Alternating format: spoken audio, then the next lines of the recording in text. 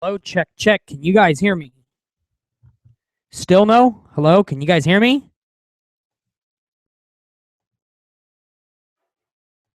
Check. Can you still no? Hello, check, check.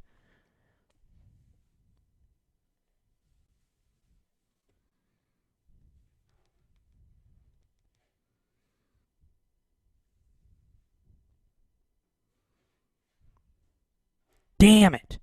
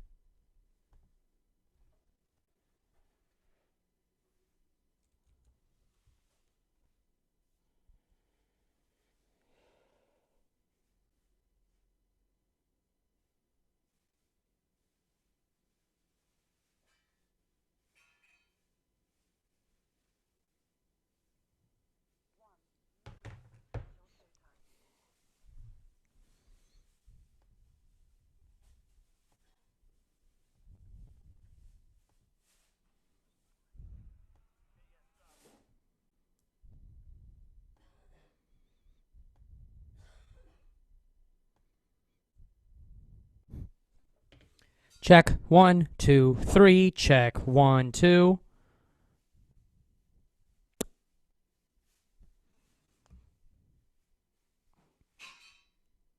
Cool. So you guys can hear me right now. Test, test. This is a pre-test. Can you hear me? Can you hear me?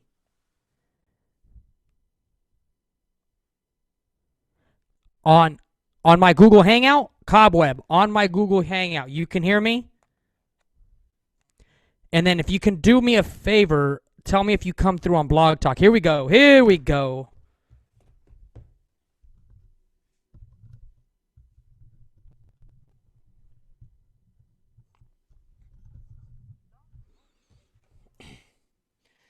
Hello,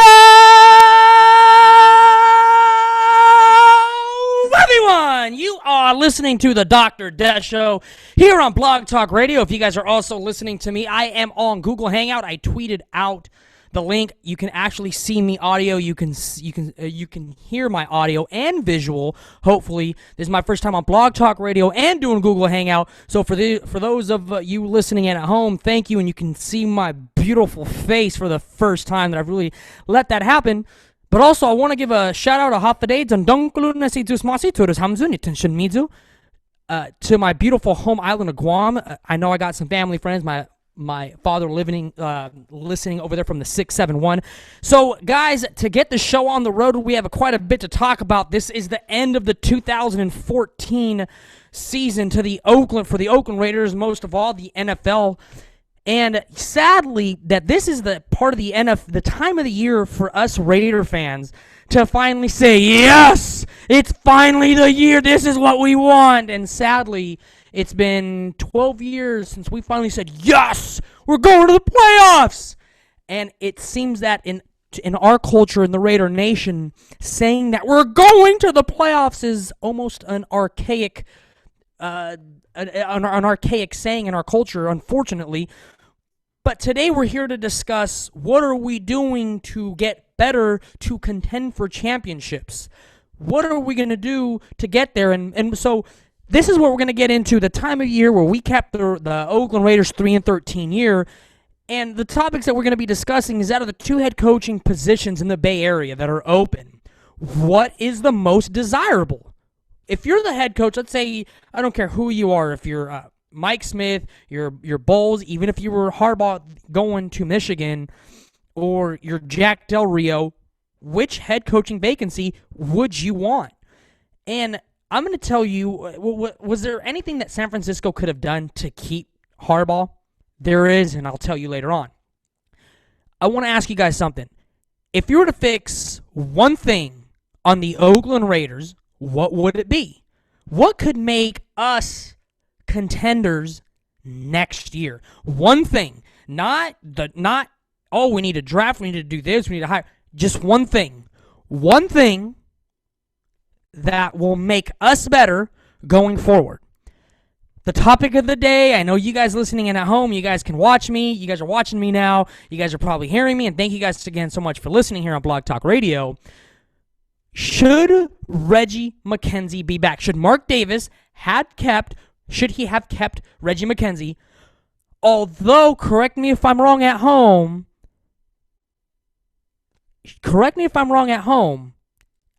I haven't heard official word that Reggie Mckenzie is back. Unlike the San Francisco 49ers, which we're going to get into in just a second, I didn't see Mark Davis or Reggie Mckenzie at a press conference. Did you? Because I didn't. I think they should have owed us one. Also, lastly, the other main topic that we were at this 3 years ago when we were talking about, I think Dennis Allen came out of nowhere. There was Winston Moss. That bell is still ringing or sizzling, that I've heard people tweet me on Twitter, well, what about Winston Moss? Where's he at? But now we're back at it back at square one where we were at 3 years ago. Who would you want back as head coach to your Oakland Raiders? Who do you want? That's plain and simple. And also the Raiders MVP, who's the MVP of this year overall. Offense, defense, the whole shebang. Who is the MVP? I can already tell you who it is.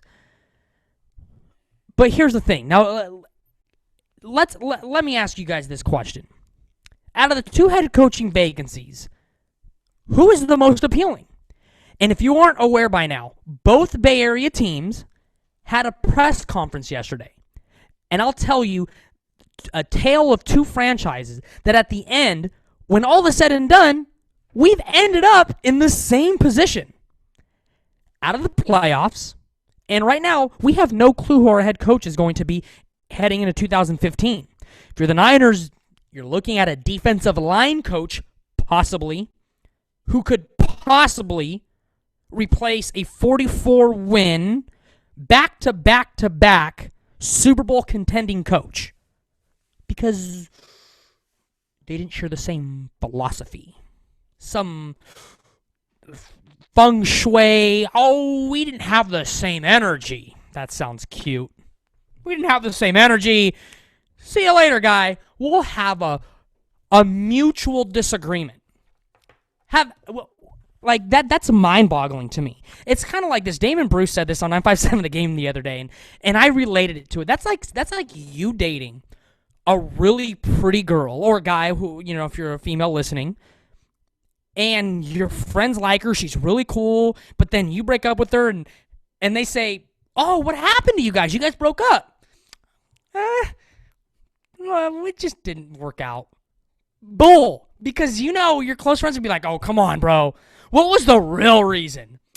And she's pretty. She has a good paying job. She doesn't have any kids. If you had said something, well, I don't know, I caught her doing drugs or something. Oh, well, then she's not as pretty as I thought she was. Or she cheated on me. Or I'm actually liking someone else.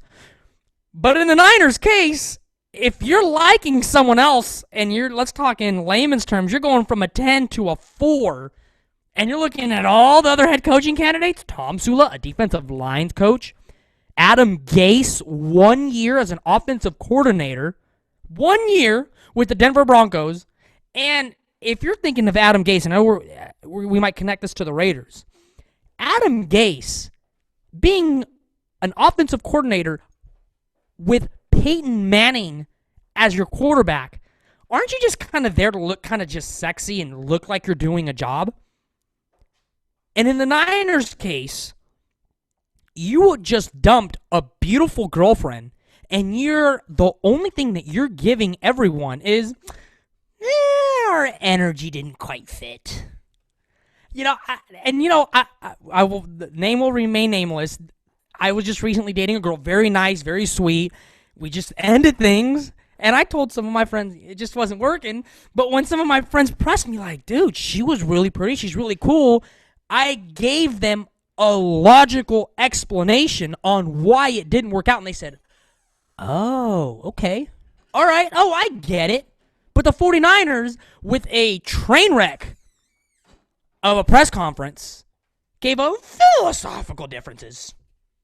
I'll tell you right now, if that happened in Oakland, we'd be outraged.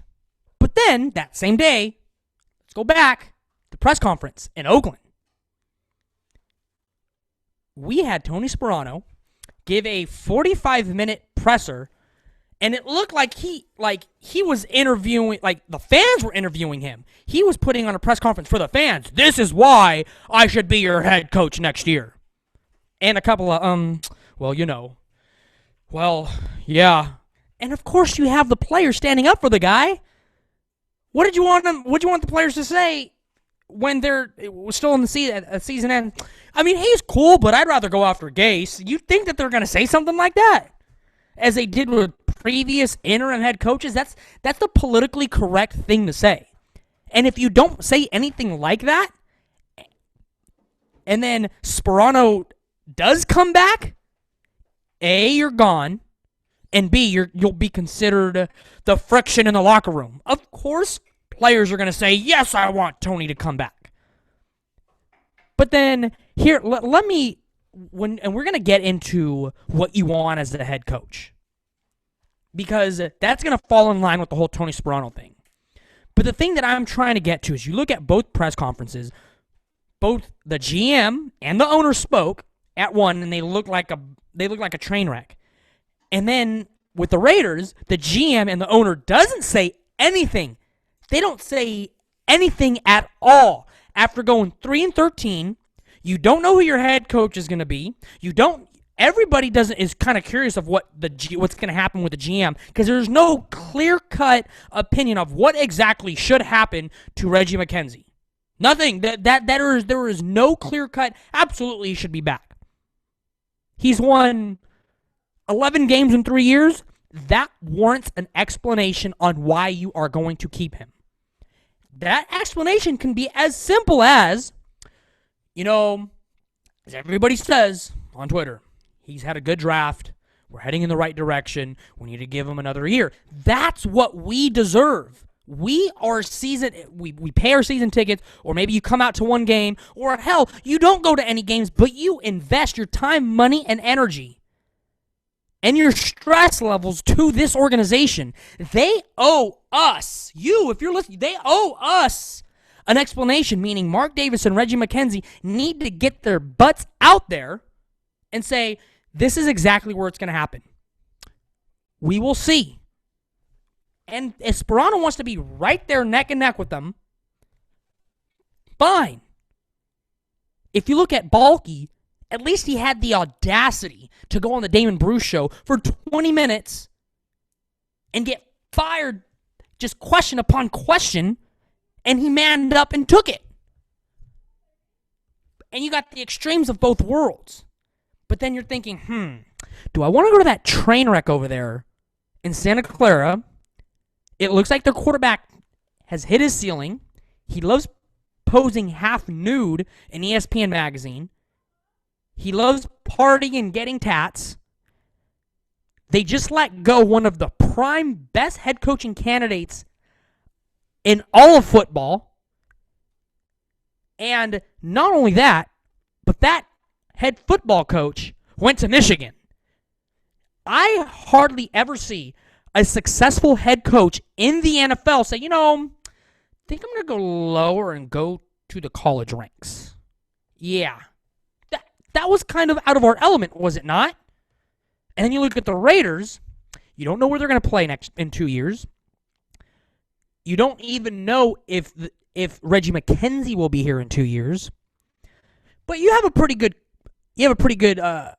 draft. So our draft, our core of Jelly Ellis, Derek Carr, Khalil Mack, TJ Carey, DJ Hayden will be here in 2016. That's a plus. The Bay Area has taken a turn from mediocrity in the matter of 365 days. Chew on that for a little bit.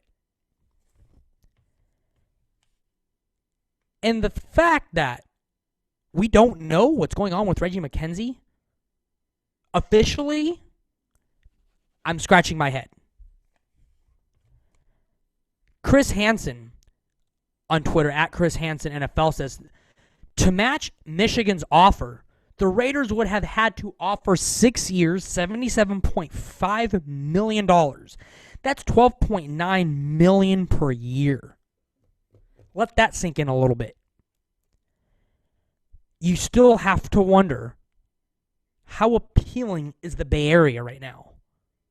That you have one franchise with a brand new stadium, but a dysfunction, and it looks like it's Raiders of yesteryear, of the last 10 years of the colossal dysfunction. And then you have the Raiders. You don't even know where they're going to be in 2 years. I mean, I'd go out on a limb, but not a bet. I'm not a betting man, but I wouldn't bet money that the Raiders are going to be here in 2016. I'm pretty sure they will be.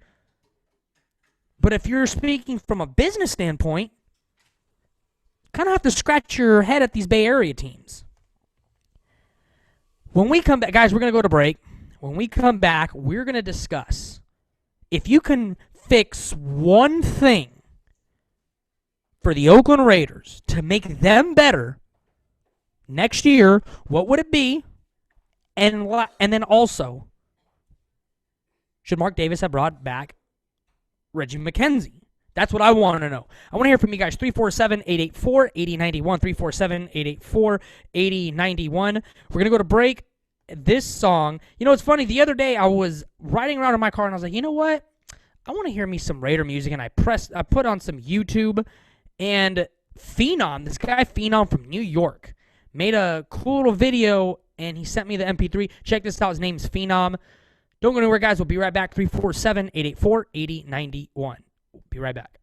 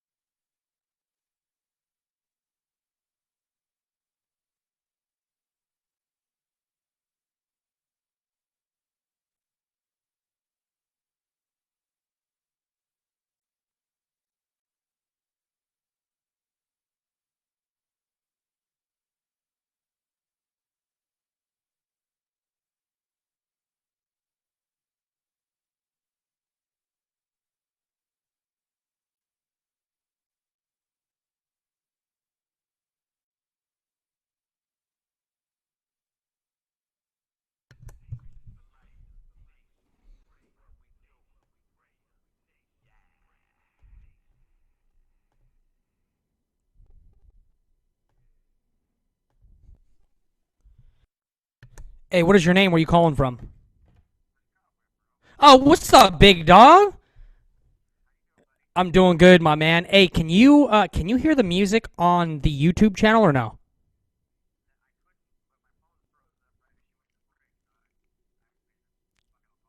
Oh, okay. Cool. Did you want to chime in? Okay. And then once I'm done or whatever, I'll put you in the queue, and then if you want to just listen in. Cool. Okay. Okay. Cool.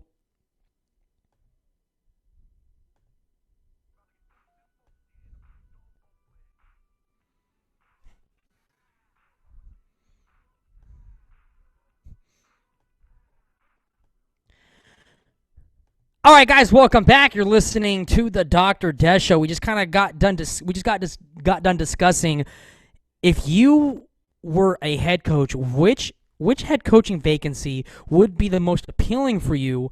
And now we're gonna kind of get into the Raiders and their future. If you were to pick one thing to fix them, what would you do? And most importantly, would you bring back Reggie Mckenzie? And who better else to bring in on this segment? And I want to ask him a couple of questions. Is my co-host Cobweb? Cobweb, what's going on, my man? Welcome to the show. Man, thanks for being in.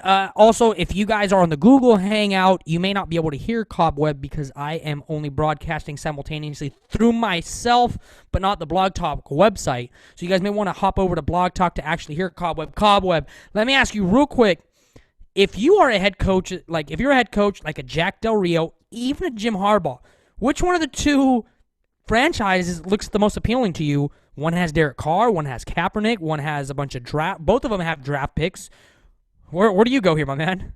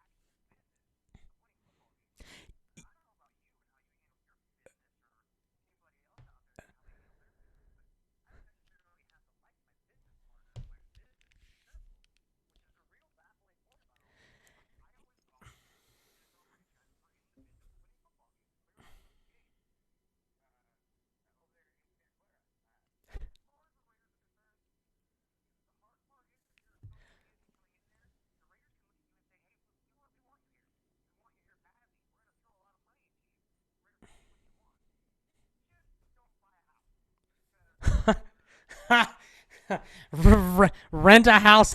God, I said we want you here. Just don't buy a house. You can live in a month-to-month apartment. That's cool, but we really want you here.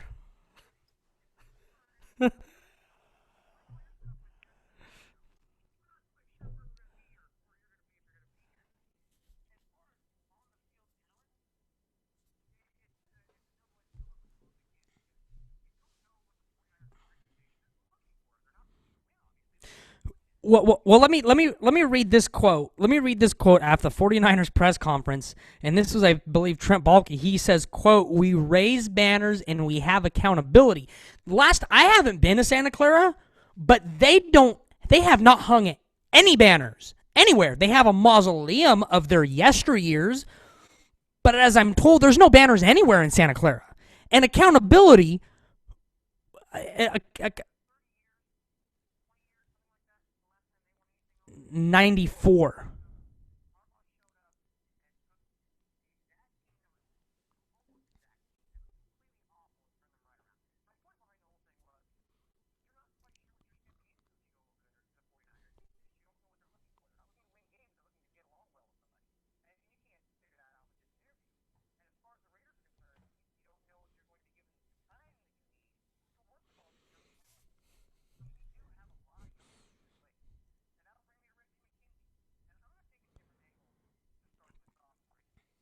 Okay.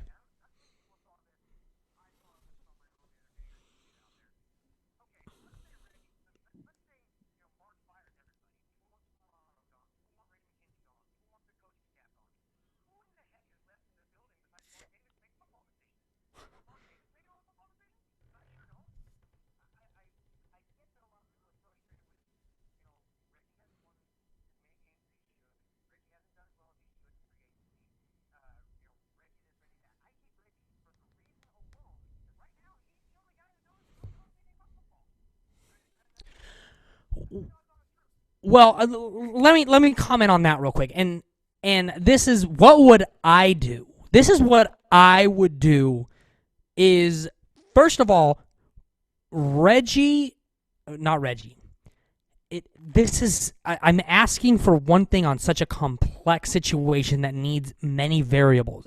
But step one is Mark Davis needs to stop going directly to his boys, Freddie B, Willie Brown, George Atkinson, the players of yesteryear, archaic minds of the previous Al Davis, and bring in people who have credentials in winning in the last 5 years. He needs people who are conventional, that have what's the word that I was a visionary. He needs a visionary. He needs someone who can change with the times, not just the GM position, but his confidants, because that's where it starts right now. When he brought in Reggie, the two main people that he talked to was John Madden and was it Ron Wolf, if I'm saying that correctly? He's going to people for his organization that you would have to go back into NFL Films highlights to see where they come from and their vision.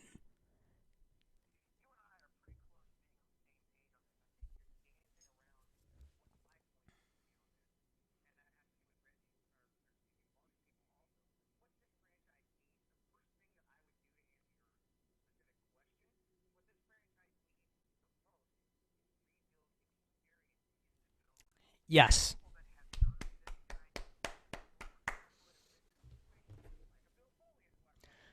Yes, you brought that up on the last show.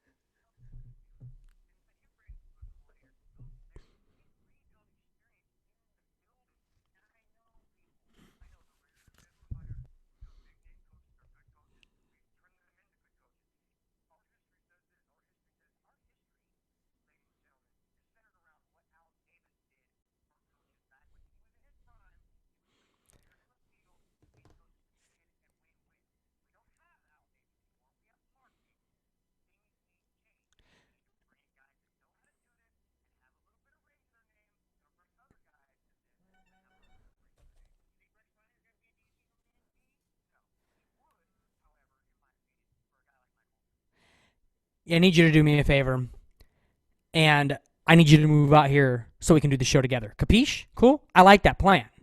Ladies and gentlemen, that is Cobweb. Before I let you go, Cobweb, real quick, next head coach.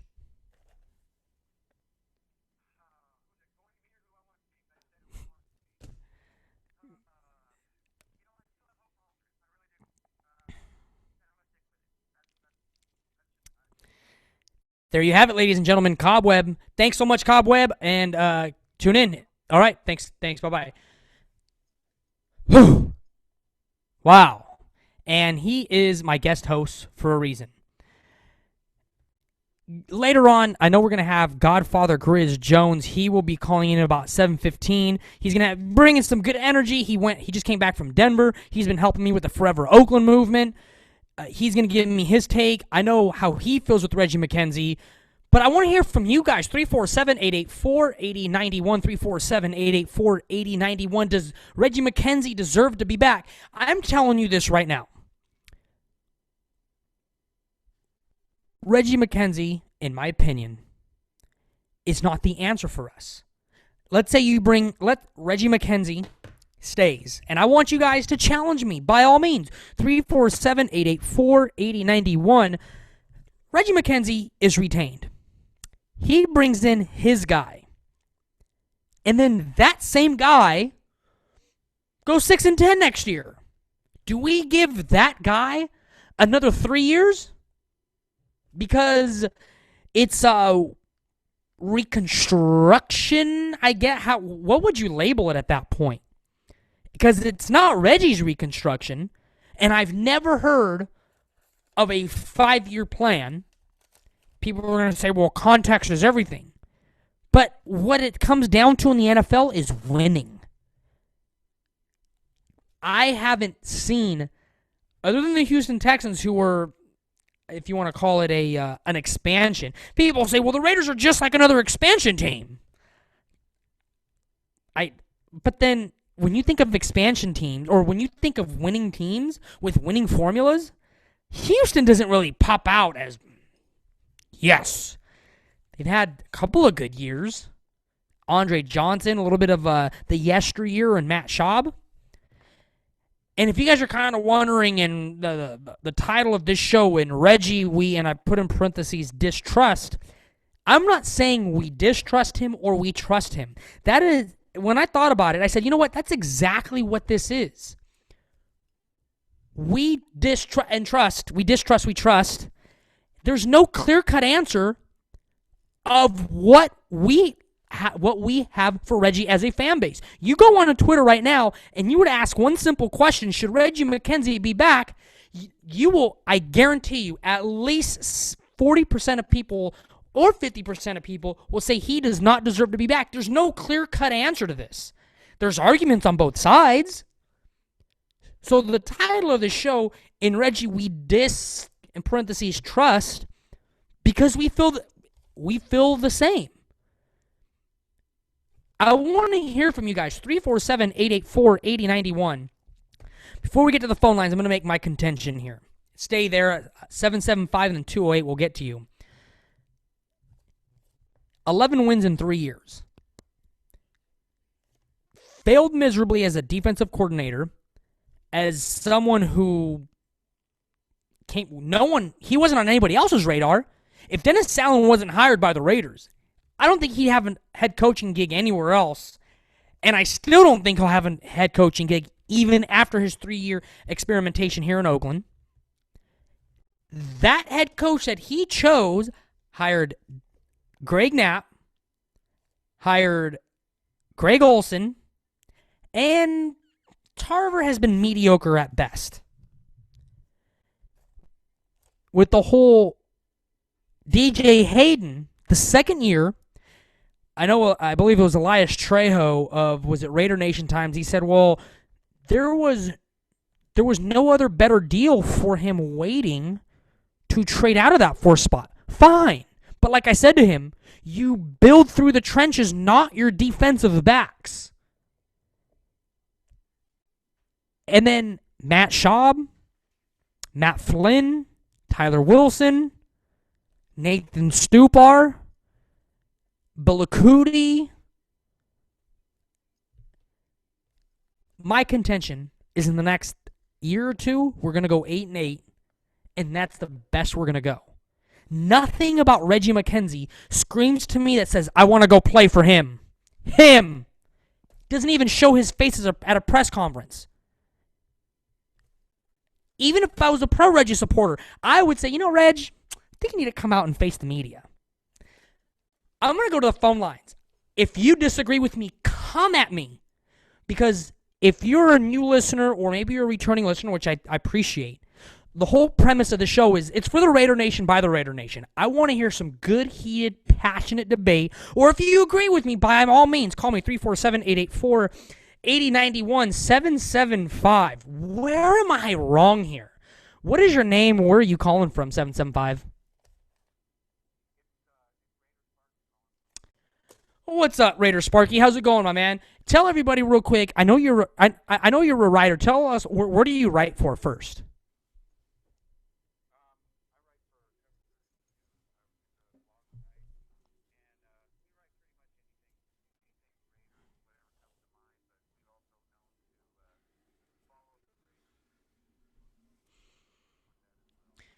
Now tell me, Sparky, where am I off base? Am I wrong to think that Reggie does not deserve a fourth year after 3 years of a combined 11-win season? 11-win seasons. Okay.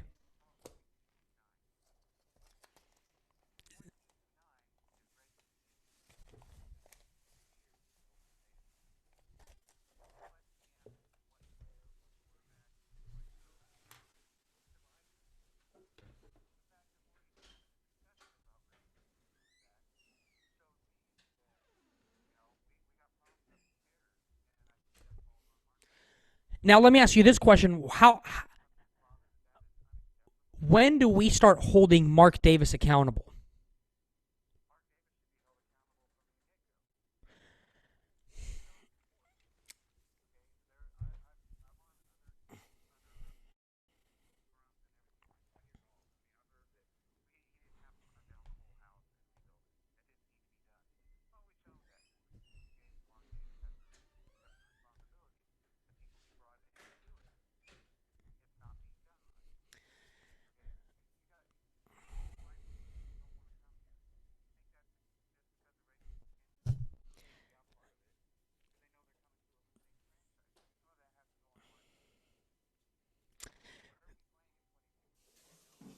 Oh, I hope.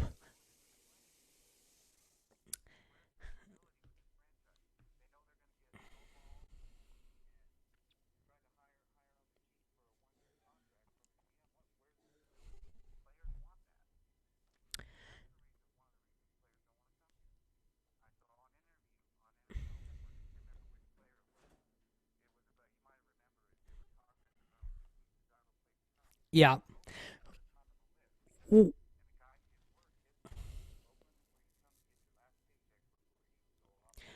I will say before I let you go before I let you go on that note, I will say Green Bay was also at the top of that list as well because of the living conditions. But yes, different variables for each place. Raider Sparky, thanks for calling in. That's a good call. I appreciate that, Raider Sparky. Take care. All right, 208. What is your name? Where are you calling from? Elias Trejo, man. Thanks for calling in real quick. So tell us where you write for as well.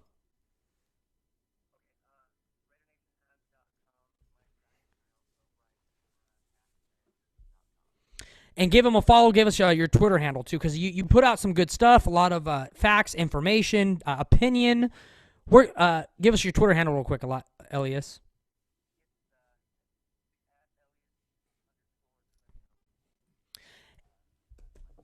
Okay, now tell me, Trejo, where am I off base? 3 years at a 229 winning percentage. He mediocre second year draft, solid third year. Now, my contention still, and I'll give you your chance. If Reggie pulled this off in New England or Pittsburgh or Philly, he wouldn't have never even seen a third year. Where am I wrong? Tell me.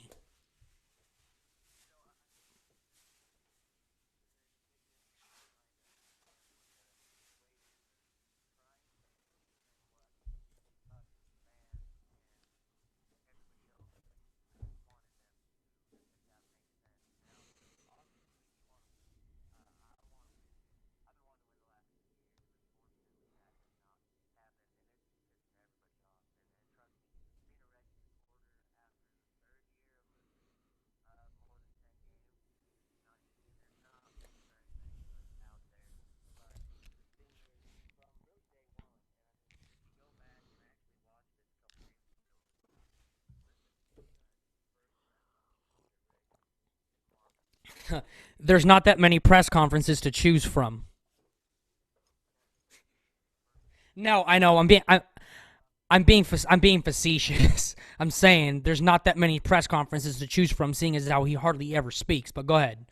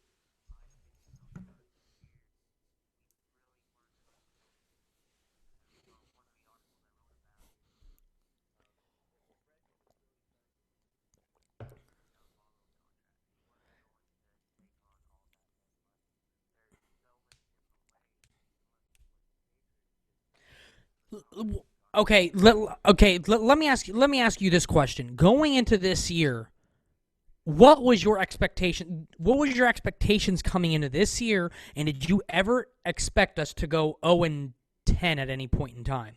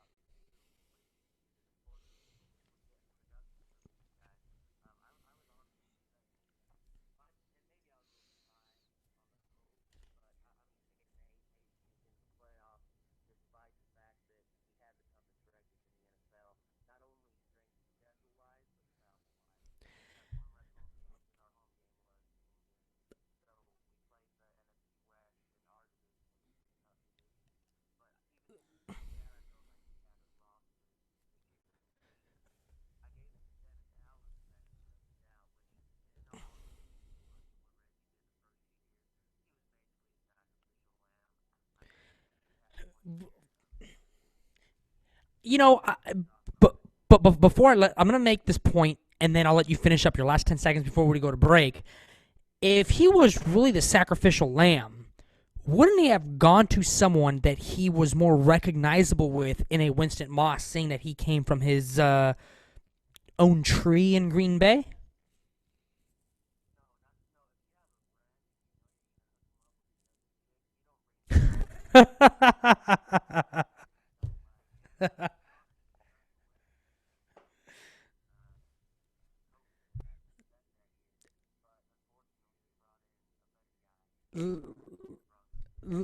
Let me ask you this question.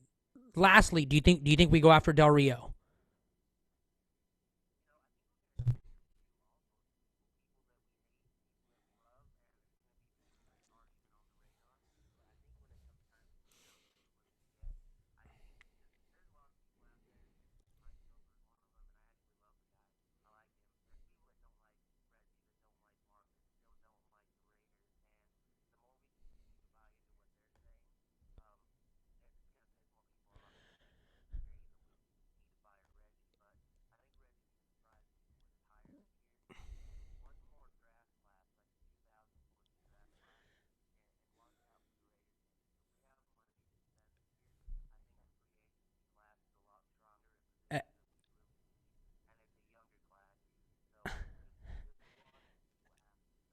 Uh, Elias, no, I was just want to say thank you for the phone call. Very descriptive. I appreciate that. Go give him a follow. Elias, thanks for calling in. Take care. Bye bye. Guys, we're going to go to break. When we come back, we're going to talk to Godfather Grizz Jones of the 66 Mob. He came back from Denver, kind of give his take on things. Don't go anywhere, guys. You're listening to the Dr. Death Show. Godfather is next.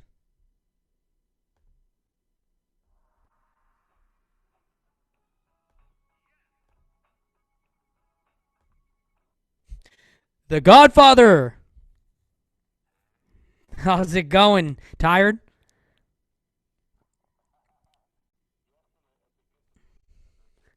Yeah, well, I'm doing a simulcast right now. I'm on video, but I'm on audio and I'm on video. So we may be in the chat right now, like in the chat room where they can't hear us live on Blog Talk, but they can still hear us talking on the video portion. So just so you know, um, yeah. So when we come back from break, just give us the quick rundown, and then keep it in about 2 minutes or so, ish.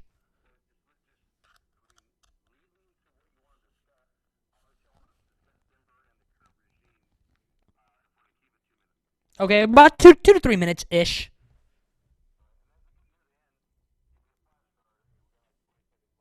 Yeah, yeah, yeah. No doubt, no doubt. All right.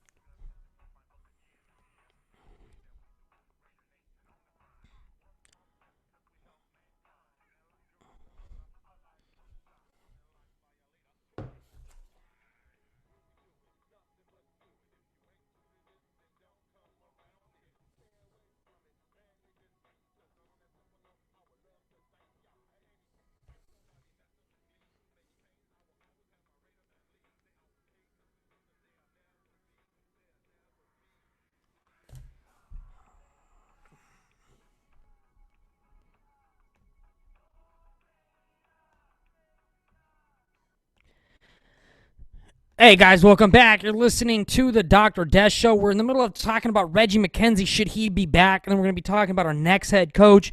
But I want to welcome Godfather Grizz Jones of the 66th Mob. Godfather, welcome to the show. You know, I know you're tired. You just came back from Denver. How was that experience? How did they treat you out there in Denver, Godfather?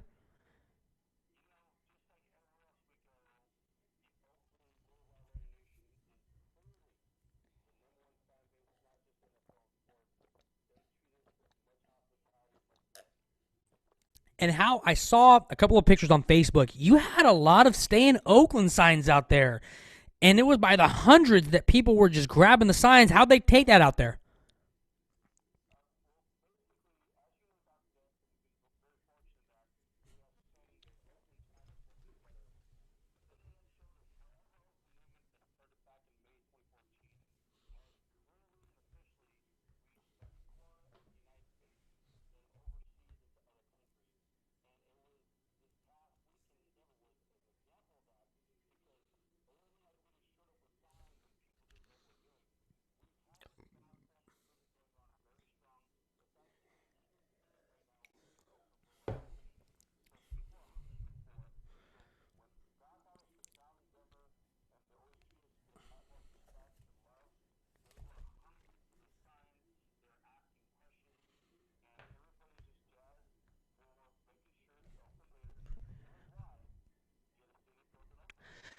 Now, switching gears back to here on the home front, you just witnessed a colossal beatdown, and I apologize that you had to spend all that money to go out to Denver, see us get our butts whooped. Now that the 2014 season has ended and it's been tumultuous to say the least, firing of a head coach, it's literally almost split 50-50 if our GM should even be back. Some people have been questioning Mark Davis himself if he's even competent to run this team. How do you see our future going forward? That do you think that Reggie McKenzie should be back at all? And should he give Tony Sperano a shot?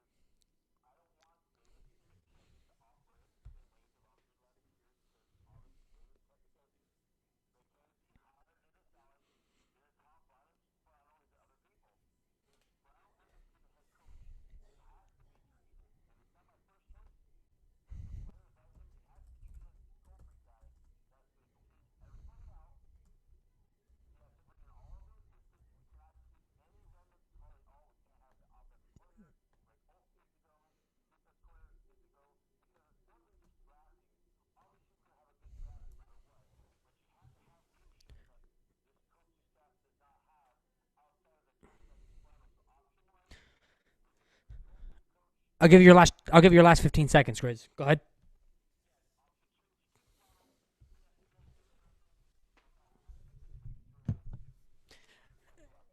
That's Godfather Grizz Jones. he's just like me. He doesn't want Reggie to be back. Godfather, thanks for this phone call. We'll talk soon. That's right, Forever Oakland. Thanks, Godfather. The next one, he's been a consistent caller on this program, pretty good friend of mine. We chit chat pretty often. I kind of already know where he's going to come with this phone call. We're going to talk to Raider Bounty. I know he doesn't want Reggie to be back. How distraught are you, Raider Bounty, knowing that Reggie's going to be back, and how do you see this franchise going forward?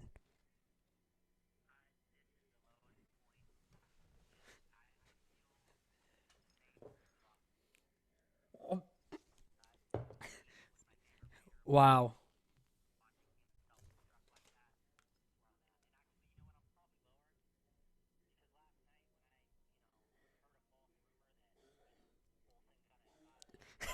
Yeah, yeah.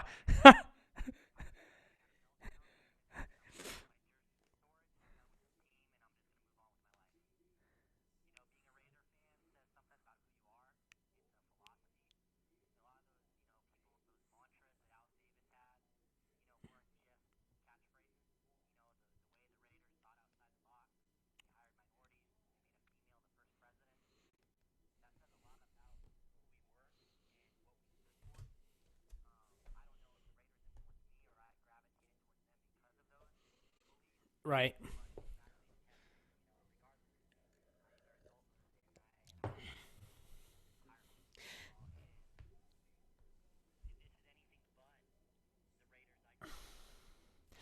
Real quick because real quick because I know people are saying, "Oh, you're just bringing in these apologists that are these anti-Reggie or whatever the term is that death they only side with you."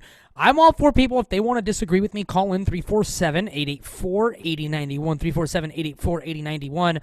Online with us we have Raider Bounty. You can find him on Twitter. He's very distraught. He compares it to the Raiders losing the Super Bowl. That's pretty deep. As a matter of fact, Raider Bounty, when you told me that you wanted to, I don't know if you want, we're being analogous of, you said you wanted to jump off the cliff, and I texted you a Snickers bar, and I said, "Stop it, Betty White." And you said, "No, I'm pretty serious."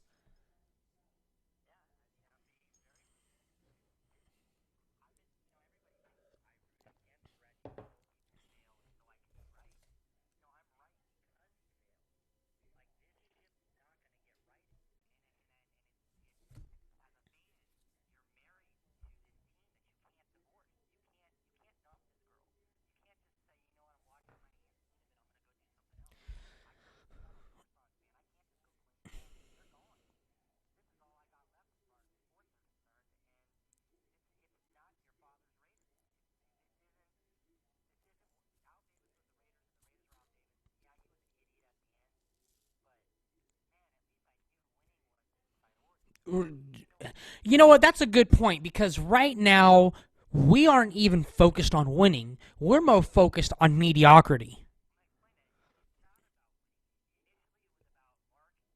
I'm gonna give you Raider Bounty. I'm gonna give you your last 30 seconds before we got to get to another phone call. But go ahead, your last 30 seconds. Go ahead.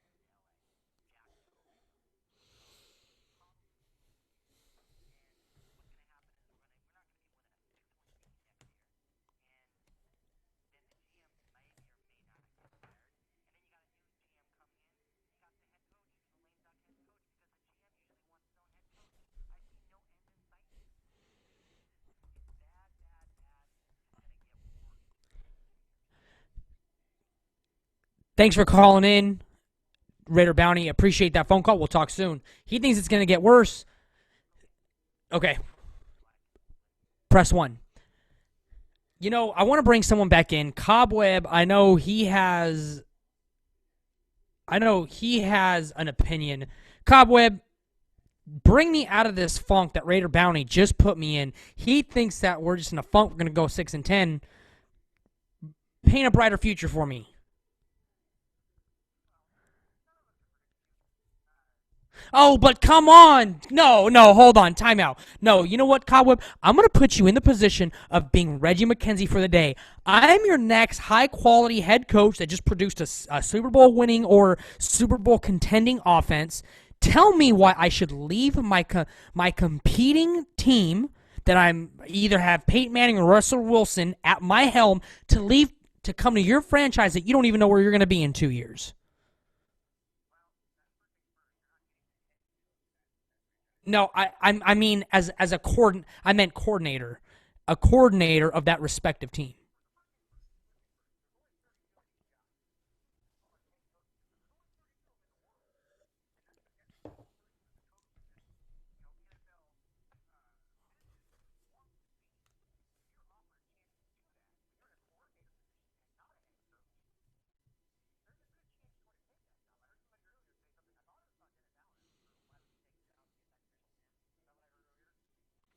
Say that again.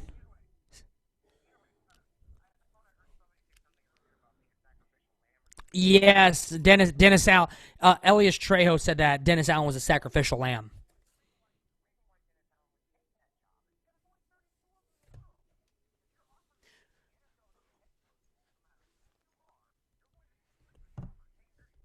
Okay, but now let's talk about this though. Do we want the type of coach that we want? Do we want a coach that's Dennis Allen esque that is just that would jump at an opportunity to be a head coach, or do we want the quality type coaches that say you need to vie for me because look at my record, look at the big names that I am. See, but that's the point that I'm saying. I'm asking you to convince. Let's say.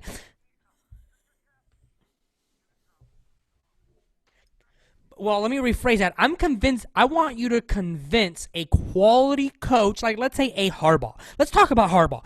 I'm Jim Harbaugh, right? I just left the 49ers and I just contended back to back to back years.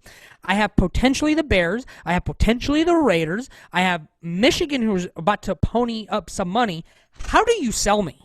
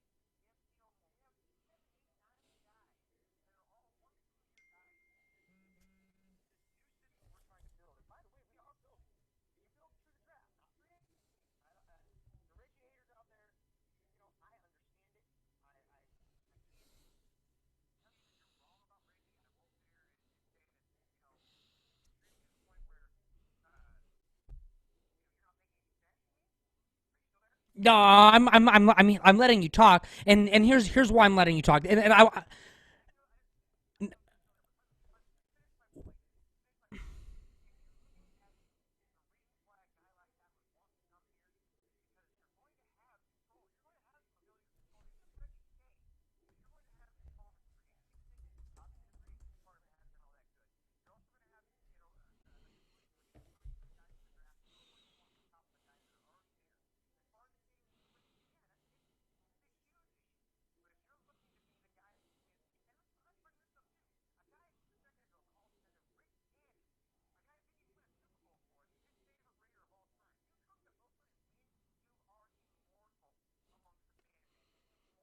hmm.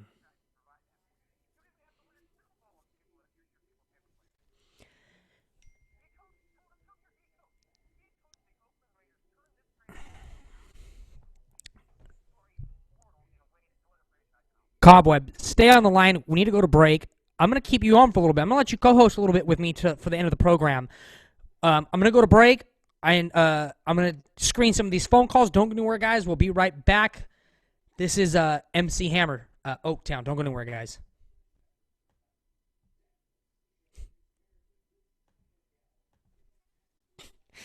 You fucking bastard. Give me a second, dude. I have to go screen these phone calls, all right, man? Just stay on the line, all right?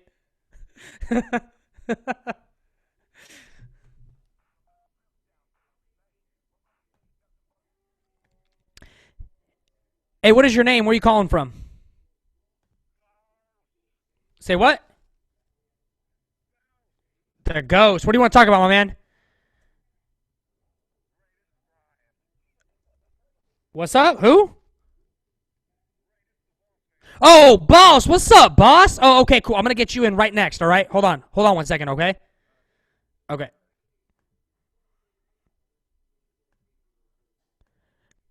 Hey, what is your name? Where are you calling from?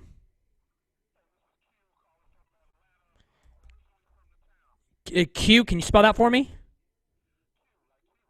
Oh, a Q. Oh, okay. You call. What do you want to talk about, my man? What do you want to talk about, my man?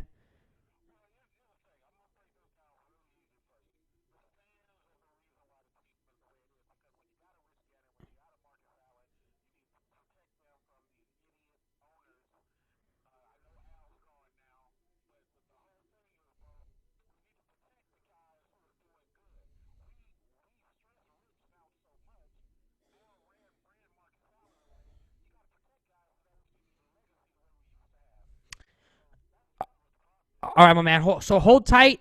We got one caller ahead of you, and then we'll get to you. Okay. Thanks for calling in. Don't go anywhere. Okay. Hello. You there? Okay. Okay.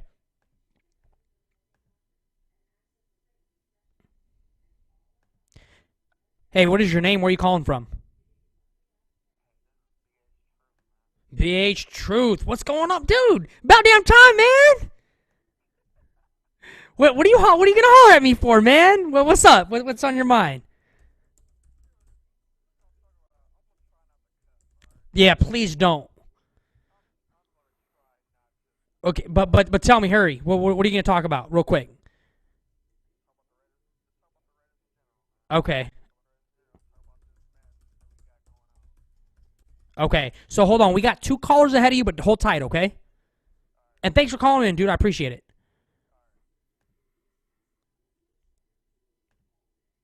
Hey, what is your name? Where are you calling from? Jimmy from Hawaii, the 808, right? Okay, what's on your mind, my man?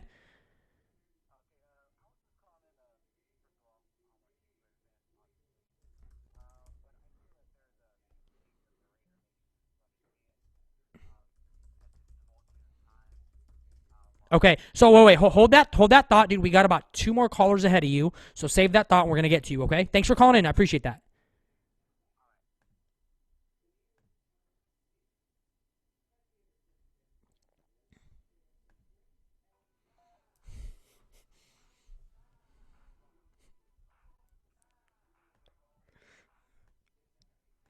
Hey guys, welcome back. You're listening to the Dr. Death Show. My phone lines have lit up like a Christmas tree. This is exactly what I want.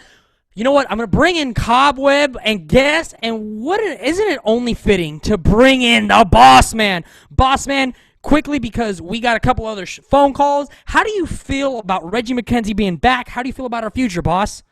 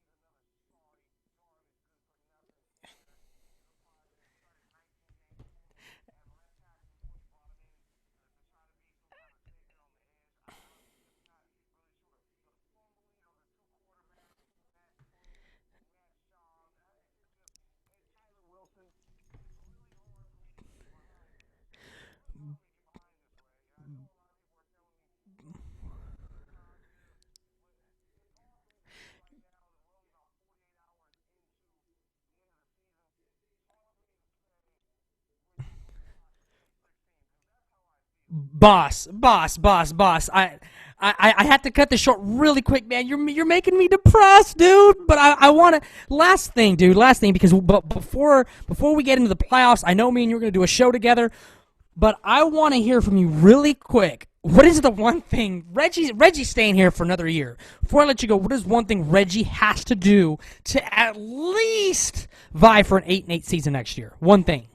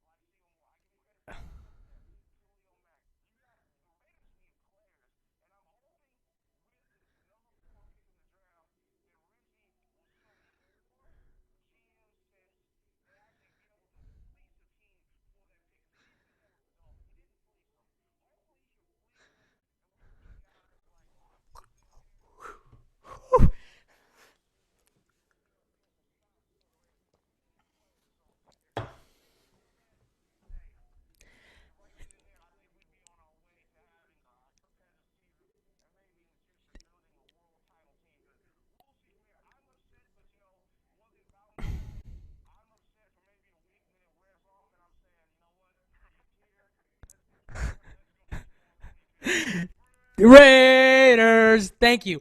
Cobweb. Go ahead. Go ahead.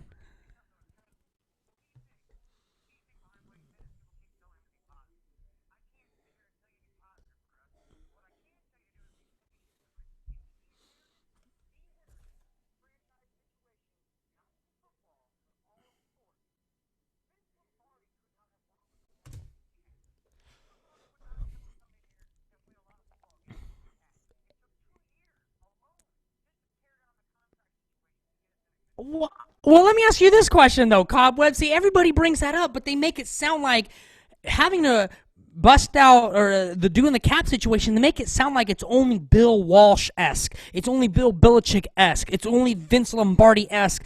That type of concept can only be done once a decade or once a generation, right? Uh,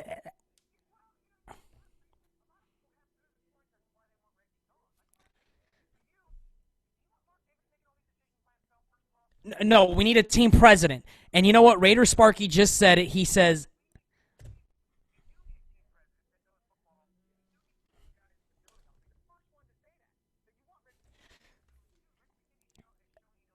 and Raider Bounty says that he inherited Reggie McKenzie inherited an 8-8 team with Carson Palmer. Hold that thought, Cobweb. I want to go.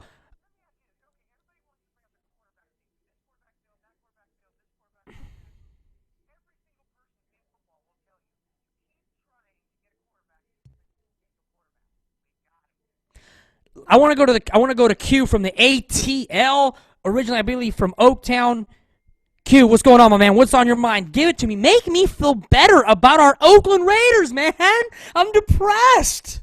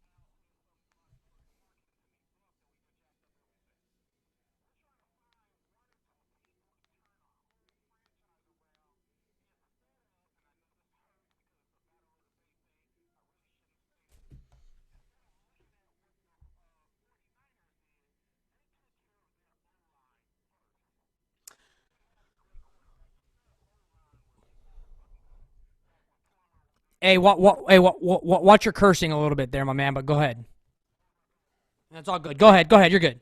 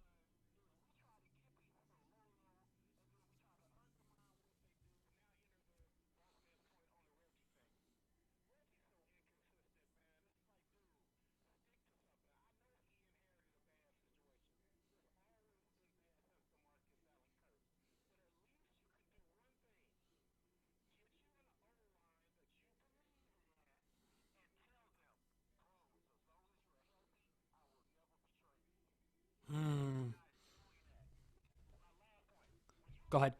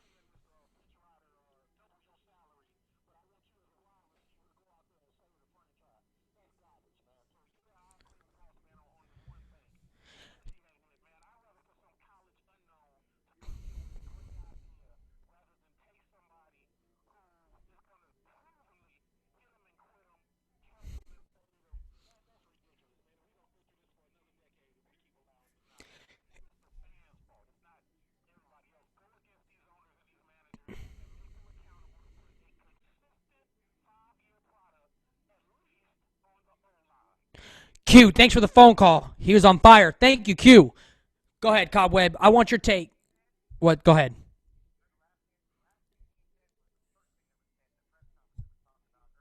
O line. Let's get. I want to now. Cobweb. The next I'm going to go to BH Truth on Twitter. I like what he tweets, man. It's so simple. It's not all kind of mumbo. He just straight to the point, and I'm very interested to see who this to get his point on this. BH Truth, welcome to the show, man. What's going on, brother? Dude,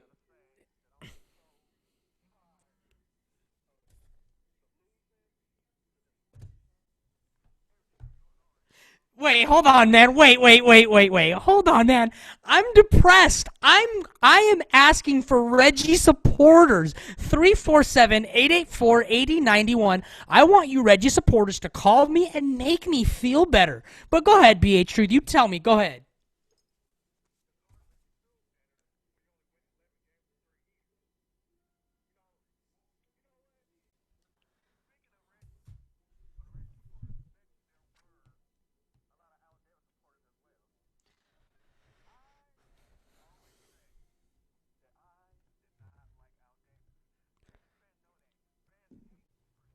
Oh. I will say this. Let me say this. Let me say this because before I get it, man, why'd you keep him online? Why didn't you just hang up on him? Here's the thing.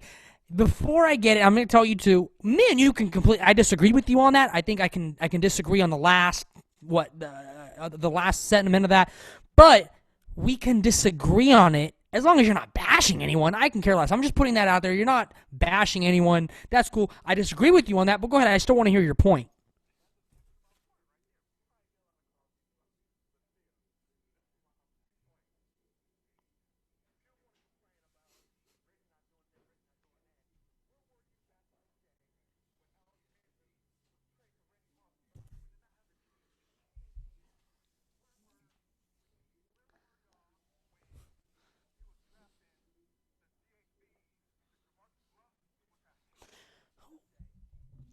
Well, okay.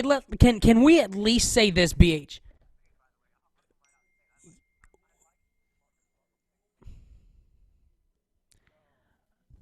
I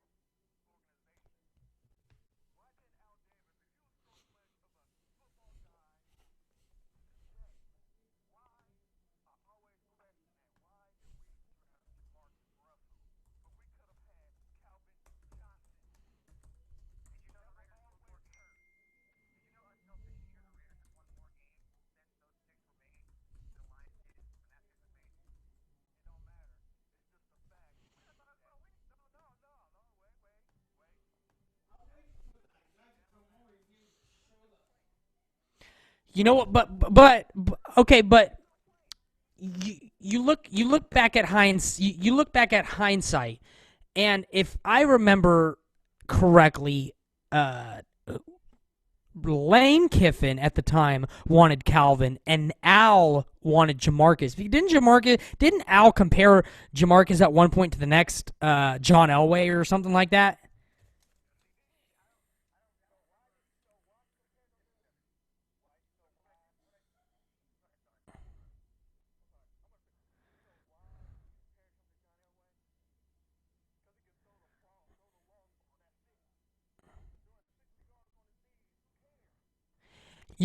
I got. I'm gonna. Here's a text message that I got from Raider Bounty. I want to read this text message. Some of us were mad at Al just because Al sucked at the end. Doesn't make Reggie all good. Doesn't make Reggie all of a sudden good just because he is different. Where in fact he isn't different. We can't win. We can't attract good head coaches. Our GM is picking the coordinators. What has changed? It's Al. It's like Al is still in charge. Go ahead.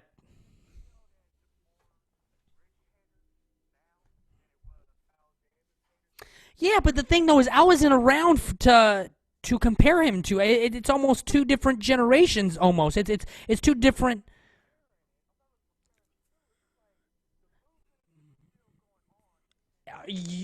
What? Oh, I get.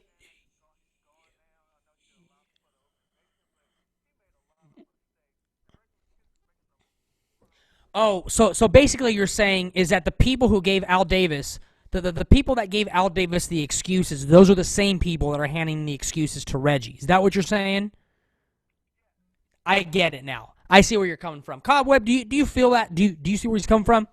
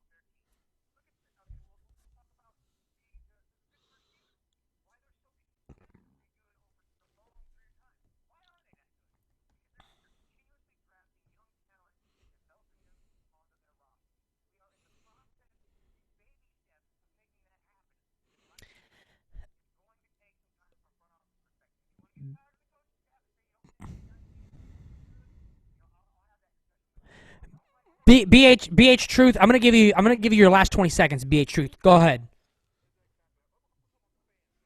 Go ahead.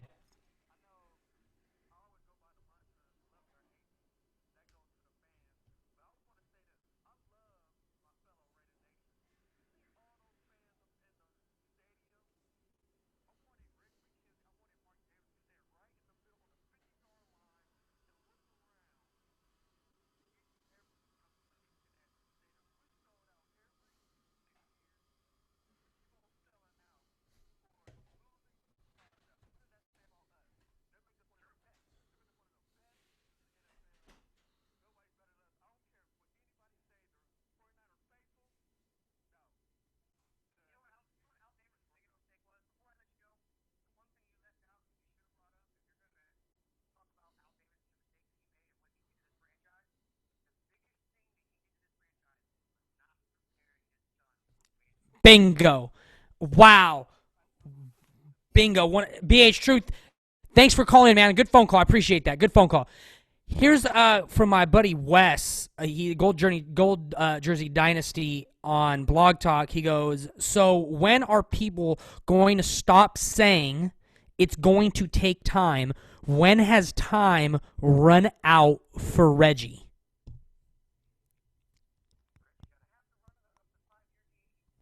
So okay. 3 years ago when he was hired, were you under the impression it was a 5 year or a 3 year? Or as time evolves, you realize it turned into a 5 year. I'm not saying I agree with it. I'm not saying I agree with it because when I get to Raider Bounty in just a second, because he's calling back in, I'm just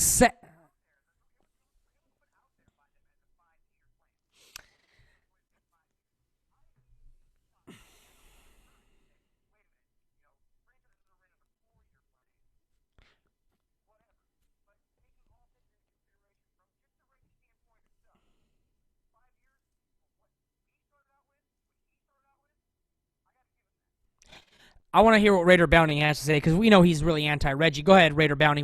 What's your thoughts on that?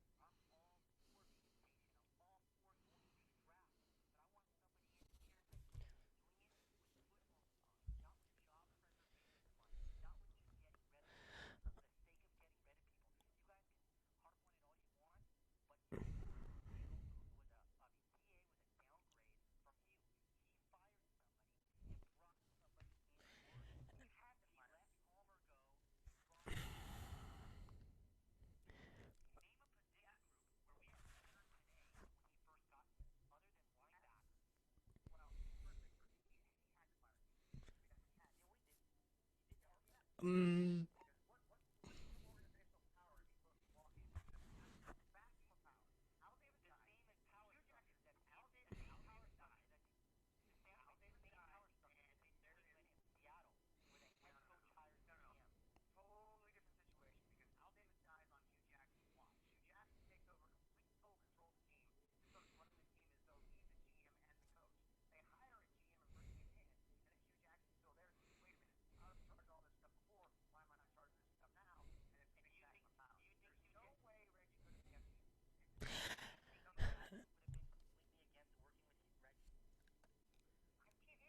yeah, you know what, Raider Bounty, thank the good phone call, Raider Bounty. Thanks. We got to get going. I appreciate that phone call. You know what?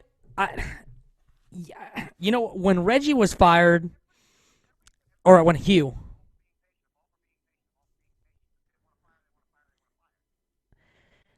when we're gonna go to break real quick. When we come back, we're gonna talk about the next head coach of the Oakland Raiders, and I'm keeping Cobweb on because I really want to hear your point of view. You're kind of on fire. What'd you drink tonight, Cobweb?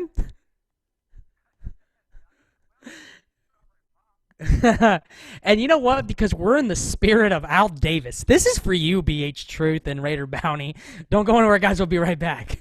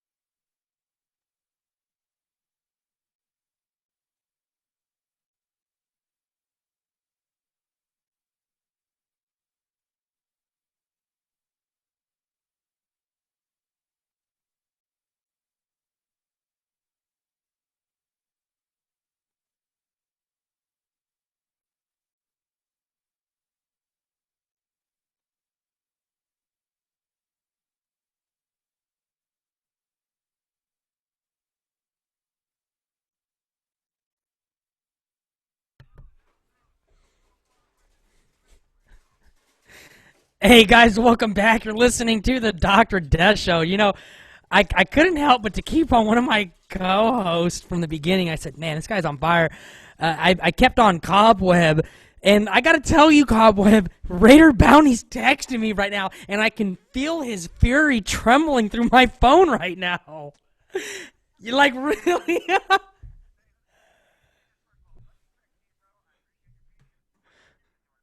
Yeah, no, but it's good. This is exactly what this platform is all about. He says Reggie has shown no ability at all to identify where problems are and how to fix them. Everything he's put his energy into were were were areas that did not need fixing.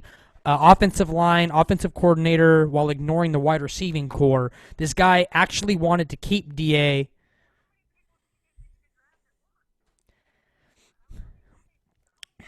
Okay, well, okay. Let me read. Okay, okay, and it took him one, two, three, four times to actually get that. But here's the thing. I'm gonna read these names for you, Cobweb. Okay. Jimmy Graham, Greg Hardy, Jarius Byrd, Darrell Revis, Brian Arakpo, Michael Johnson, Ultron Werner, Demarcus Ware, Brandon Albert, Deshaun Jackson, Vontae Davis, Alex Mack, Linval Joseph, defensive tackle, Eugene Monroe, TJ Ward, Steve Smith, Eric Decker, Jason Hatcher, all for the exception of two, are under the age of 29, free agents that did not come to Oakland. Do you think that Reggie had anything? But that's okay. But that's the point that I'm trying to make. Do you? And we're thinking hypotheticals here. I want to beg the question: if you had a, let's say, a Holmgren, let's just say, or a Gruden and the GM with that type of criteria background that is personable in a press conference and does well, that has those two things where you're good as a face of the franchise and behind the scenes. If we had that type of John Gruden, Mike Holmgren, do you think we would have been able to pluck a little bit more of those players to Oakland? Hypothetically speaking.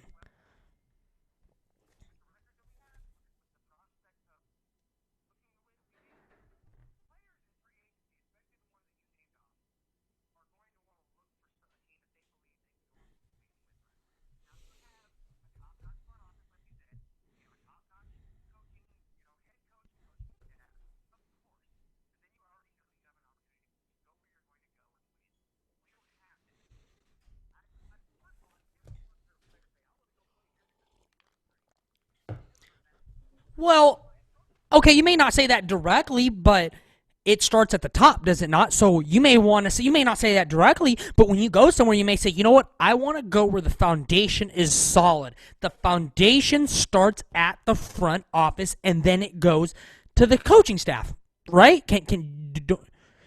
So so you may not say it verbatim. I want to go where there's a good GM, but let's just talk about Seattle, Philly, Green Bay, Pittsburgh. I'd even throw the Giants in there, even though they came off of a 6-10 season. Those those type of organizations that are solid at the top for the most part starts with the GM and then it goes to the head coaching. So my question is if we had the type of GM in name such as Seattle, Philly, and Green Bay, do you think we would have been able to turn it around in 2 to 3 years? Uh, you know what? I just had I you, no, you know what? I just had them. I just had them. They're in my other notes. But okay, but no. But let's go to that point. Let's go to that point though.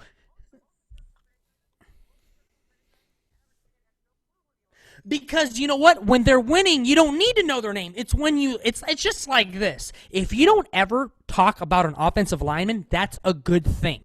There's certain positions that if we're not talking about you, you're doing a good job. When we're talking about you, that means you're probably not doing well.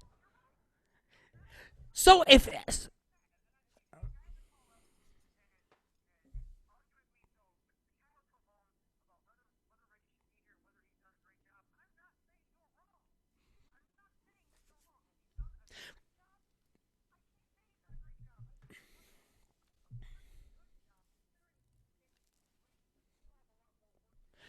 You know where I think you're at. You know where I think you're at, and this is just my opinion. I could be wrong. I think you are at where I was with Reggie ending his second year, where I was like, you know what, give me another third year, and I was like, he's done. Oh, let me see. I think that's where you're at, where I was in the second year, where you don't have.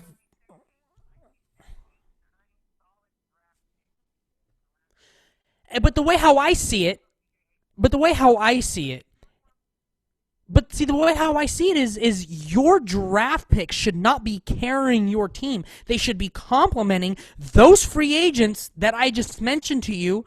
Yes. Okay, tell me how. Tell me how not. You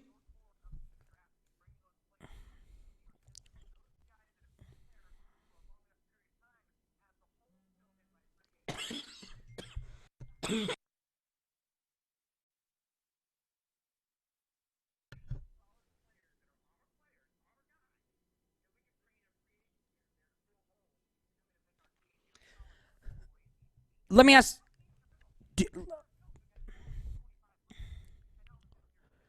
Well, okay, fine, fine. Let me ask you this question: Do you think that Reggie got?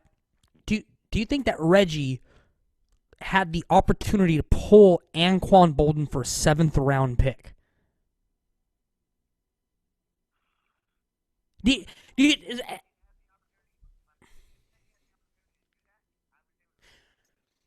you know, I'm going to use an Al Davis type quote. And I think someone was talking about it earlier. It may have been Q from Atlanta.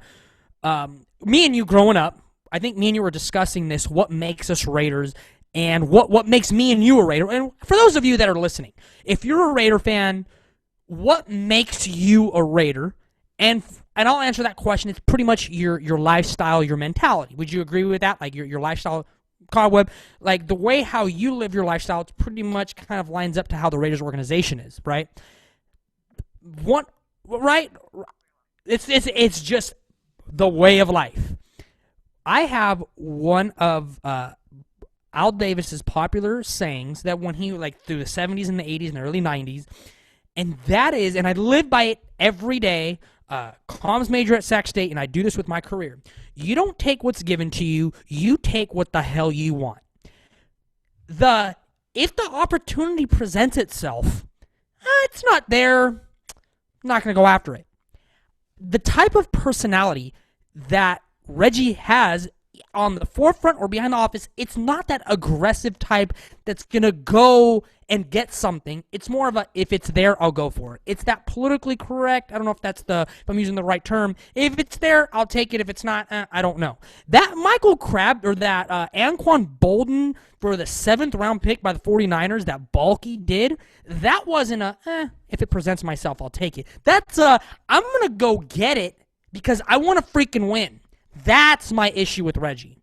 He doesn't show it.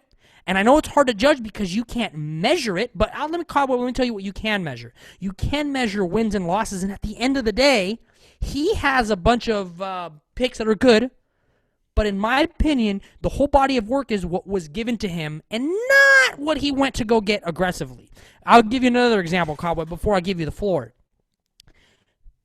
All these picks, great picks.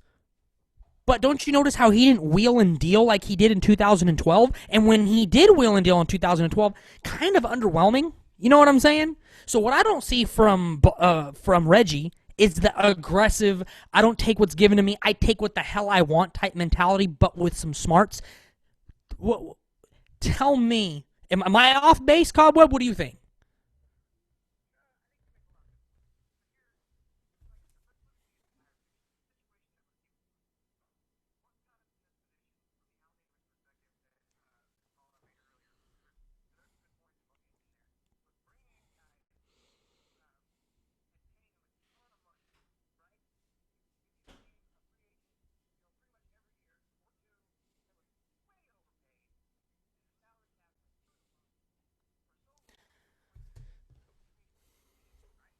Right. Okay.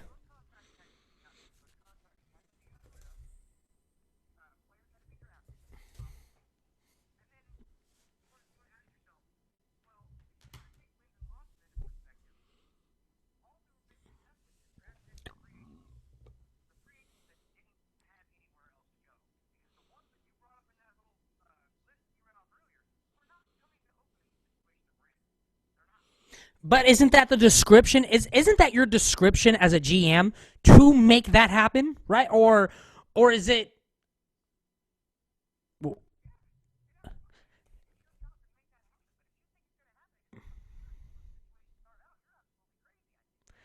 Hmm.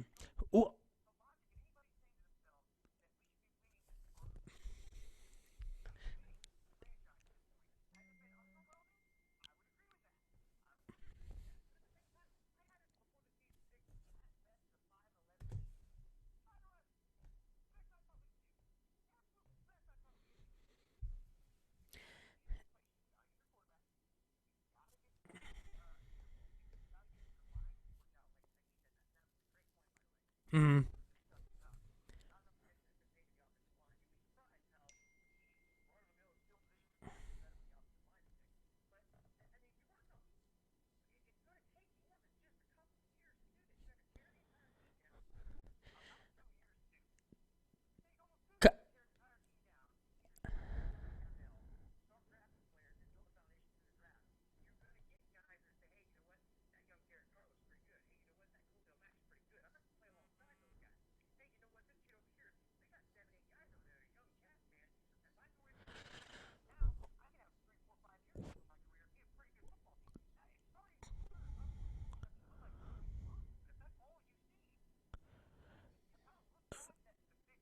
I want to hear from you guys. Who? This is a very good conversation between Cobweb and I. 347-884-8091. 347-884-8091. Cobweb, there's a couple of tweets I'm gonna read out to you, and then tell me what your perspective is. Charlie Carr at Raider Charlie on Twitter asks me, well, what GM did you want? What GM do you want now? Who is out there? There's okay, go ahead and answer that one, and then I'll get to the next one.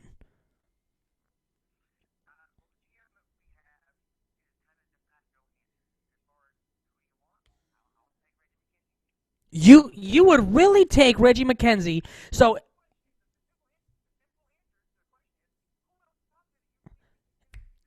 Tom Gamble, Tom Gamble, that's a good one. I mean at least I'd reach out to him. I mean the whole. It's not would he come in, but that's just one off the top of my head that you would go out and ask for. I mean, can you really go worse than 3-13 or 11 wins in 3 years?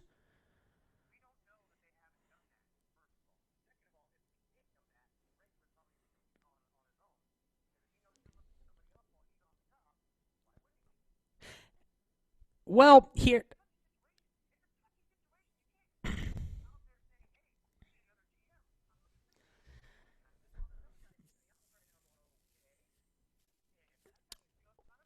But that doesn't. But at the same time, that doesn't mean that you have to have one lined up as soon as you fire the guy. I mean, look at the Jets. They just fired Itzig. I don't know if I'm pronouncing that correctly, but they fired Itzig with Rex Ryan without having anybody in place. But let me go to the next one. But I mean, no, not by any means, not by any means. But as an NFL team, or well, and right now, is there any other team that has fired a GM that I don't know of? Is there?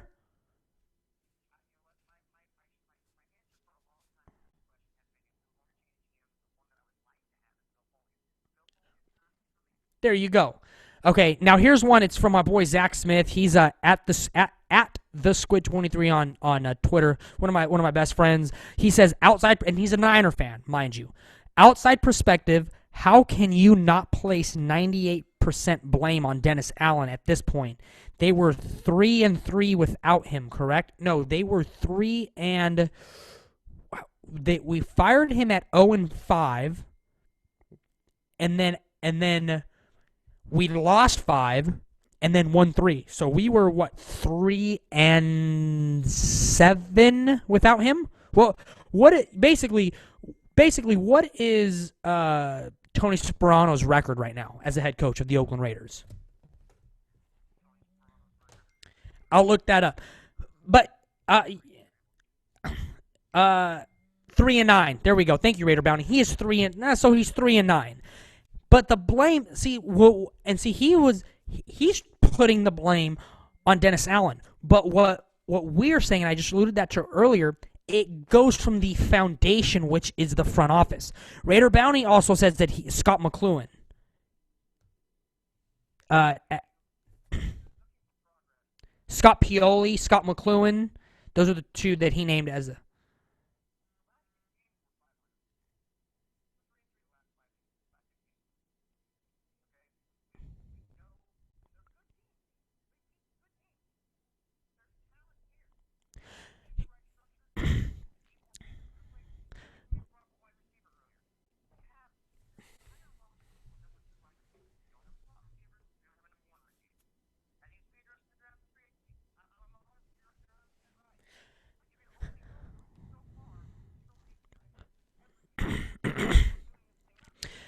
I want to.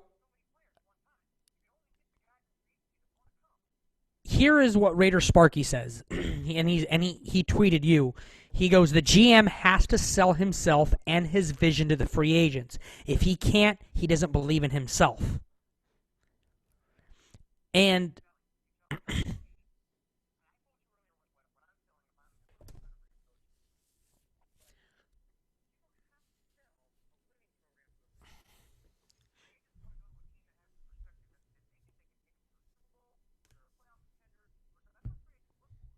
well, okay, but before we switch gears, before we switch gears, I'm gonna say this, Cobweb. Picture yourself as an Indomitian Sue. Hypothetical, whether you want him or not. That's not the question. Let's say you're an Indomitian Sue. If you are added as a piece on the defensive line of the Oakland Raiders, and they draft Leonard Williams, they have Khalil Mack, and you can potentially, possibly, maybe be a dominant defense with that added piece. Your defensive tackle, Indomitian Sue, you have Reggie Mckenzie, Tony Sperano, Mark Davis sitting across from you. How do you see that play out?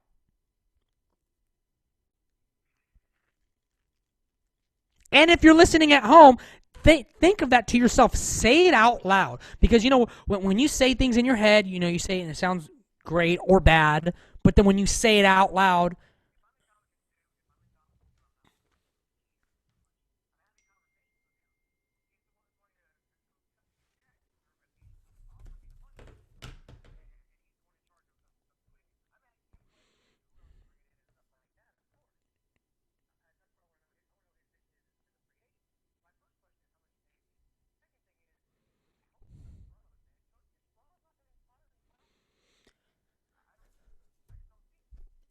and basically, and Raider Bounty's basically telling me we should stop putting the blame on Reggie. It's Mark. And I think we brought this up on our show that you and I did together with Boss. When do we start holding Mark accountable for because it comes. Here's the thing. Mark is in control and power of one thing, and that's not the stadium situation. Mark is not in full power of the stadium situation at all, because it comes down to also the city and the county. We talked about that earlier. It's all about the city of Oakland. He has some power. This is where Mark has the power in his hands. And that power that he has is, how is he going to proceed with this organization moving forward from the top, from the GM position to the head coaching position.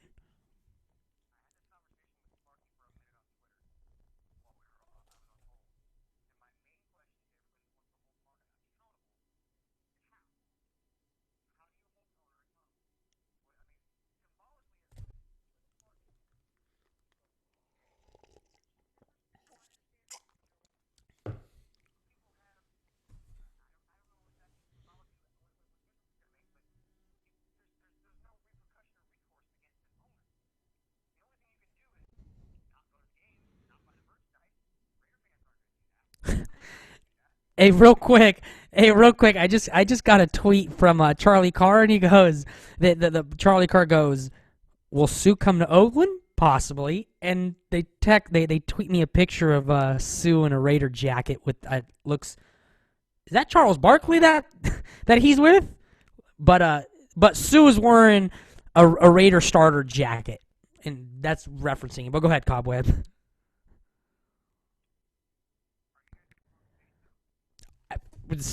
70 mil? Yes, sir, I am. I need a face of the defense with Khalil Mack. Yes, sir. I'd pay for.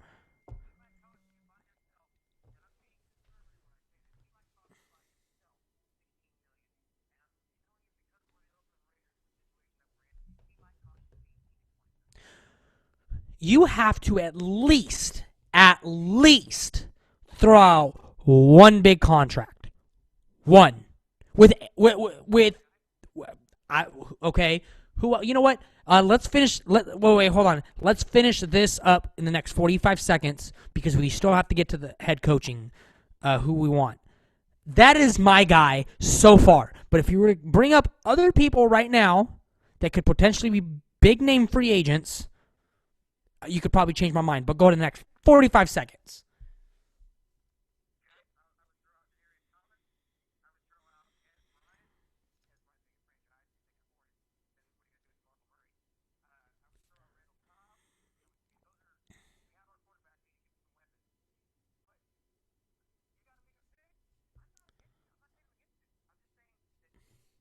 You were just posing the you were posing the question to make sure we're making a rational decision. I but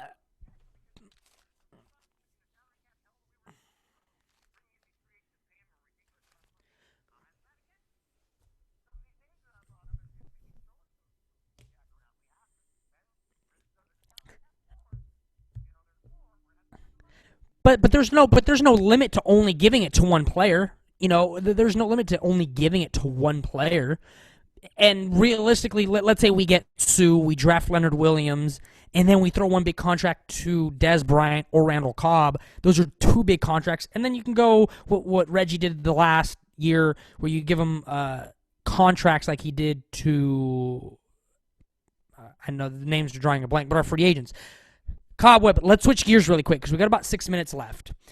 We have our next head coaching. I'm going to name these off real quick, okay?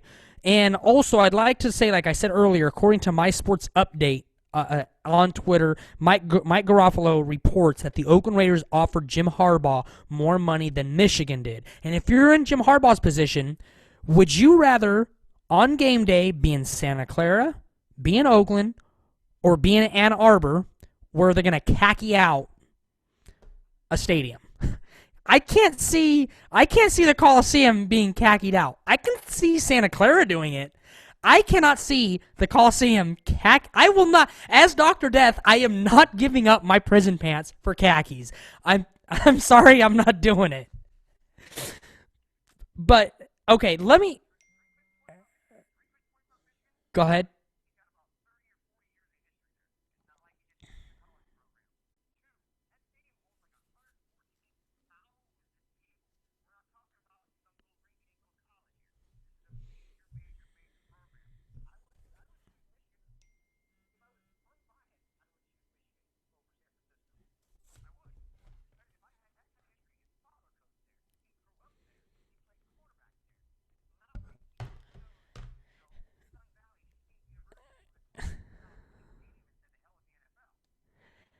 Lastly, I want to skip. I want to go through these coaching prospects. Dan Quinn, defensive coordinator for the Seahawks, 2 seasons as a defensive coordinator. The other years was defensive line coach as in the college ranks and the NFL. David Shaw, who's 41-12 record in 4 years at Stanford. He just finished with a single-digit win. I think he went 7-5 this year. For the first time, he finished at second place. Then we got Jack Del Rio, who mustered up a 68-71 record in his 9 years with one playoff victory in Jacksonville. Mike Holmgren at 66. You mentioned him earlier. His last head coaching gig was in 2008. Bill Cowher, who's also been mentioned, at 57, last made a coaching gig in 2006. I don't know about you, but I don't want to reach into the old NFL vaults of yesteryear, hoping to find a visionary with a bright future. And I was saying earlier, before we get into the head coaching gig, can we ask ourselves what qualities do we want in a head coach? I think the given, of course, is a winning pedigree, right? Right? I think winning pedigree. But no matter the level of whether college or professional, Let me tell you what the Raiders should look for. And I said this earlier. We need a visionary who can look in the future, be creative in style, and evolve with times. It's really that short and simple. I'll repeat it again. Visionary, he can look in the future, creative in style, and evolve with times. Those are my four qualifications that any head coach I have to measure. Those are my measurables. After Jim Harbaugh drops off a little bit, Cobweb, give me your thoughts in the next 2 minutes.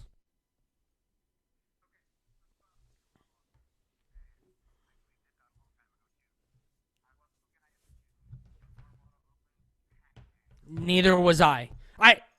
It would have been nice, but I didn't do that either. But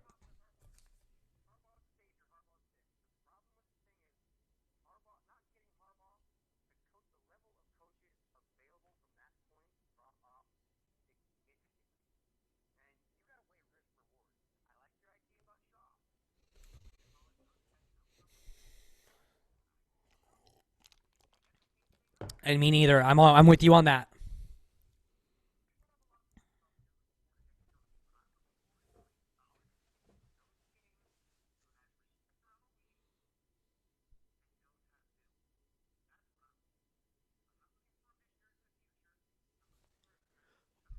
Whoa.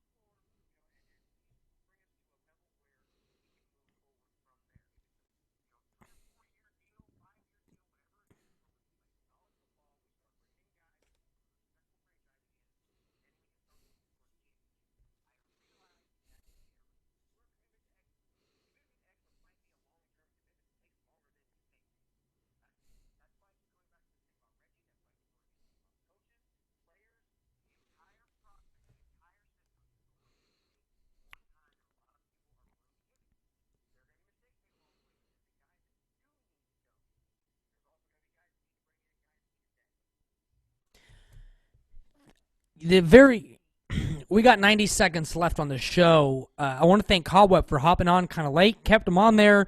Dude was on fire, man.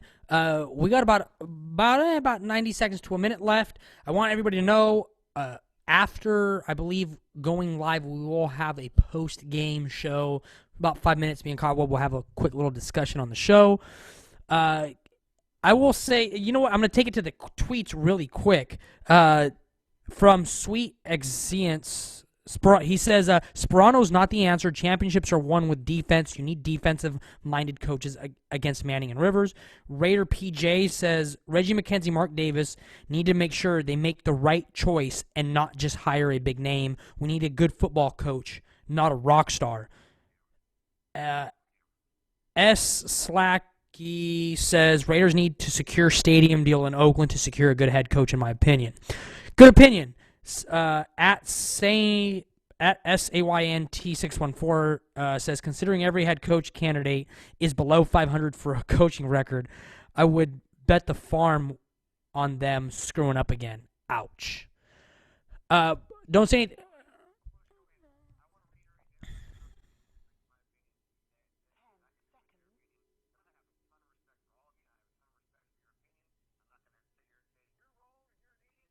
Right. Here we go, overtime.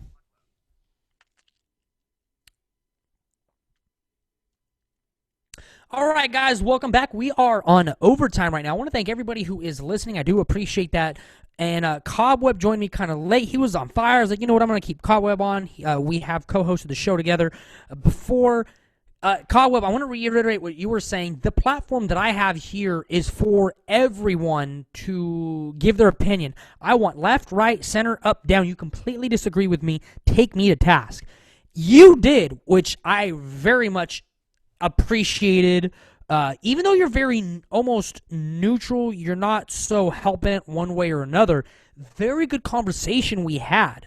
And most importantly, we had a lot of calls coming in. More anti-Reggie. I'm kind of surprised. I don't know if those pro-Reggie were kind of, what's that?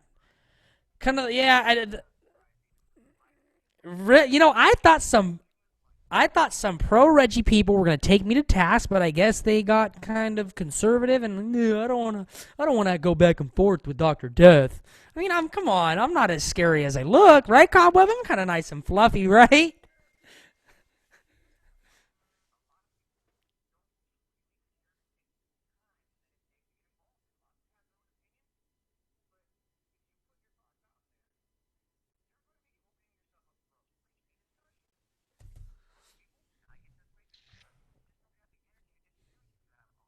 Yeah.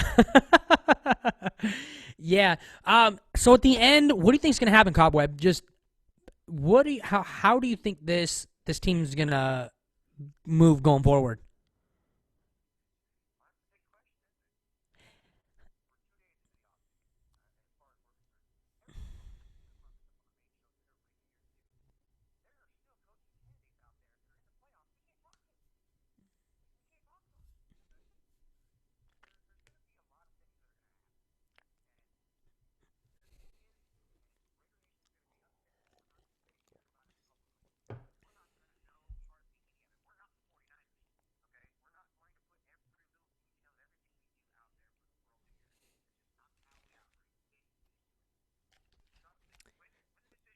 Touche.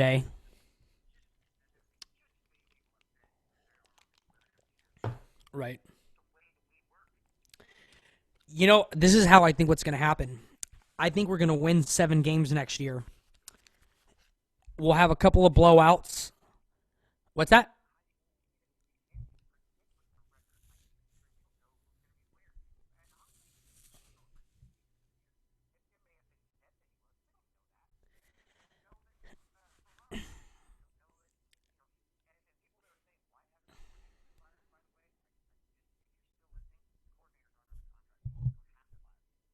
Hmm. They don't have to be retained. Good point. I just think in context, I'm not saying exactly. Excuse me. We'll be 7-9, but I think the context of it will be around that.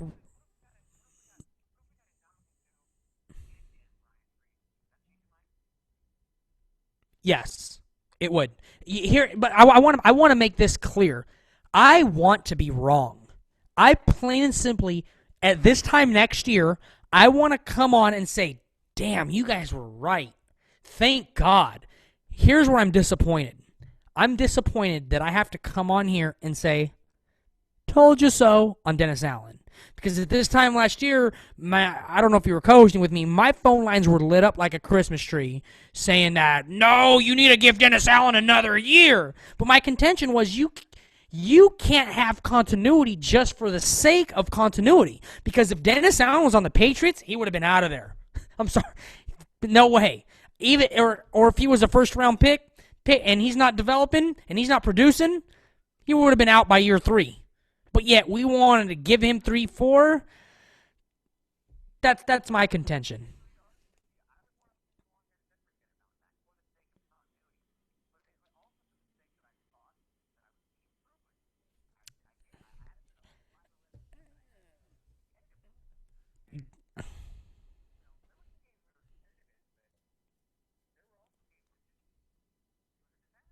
Yeah.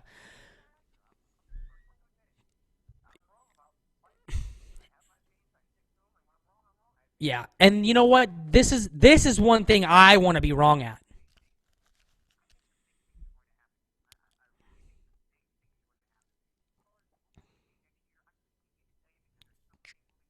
Right. Right. Cobweb, great show as always. I'm not gonna make the mistake again of flying solo again because damn, you brought a lot of content. Cobweb, thanks for joining me today. Thank you guys again so much for listening. If you're still on Google Hangout, thanks for you got to see my beautiful cute face. Cobweb, were you able to see and hear me on audio on the Google Hangout on the YouTube that I posted?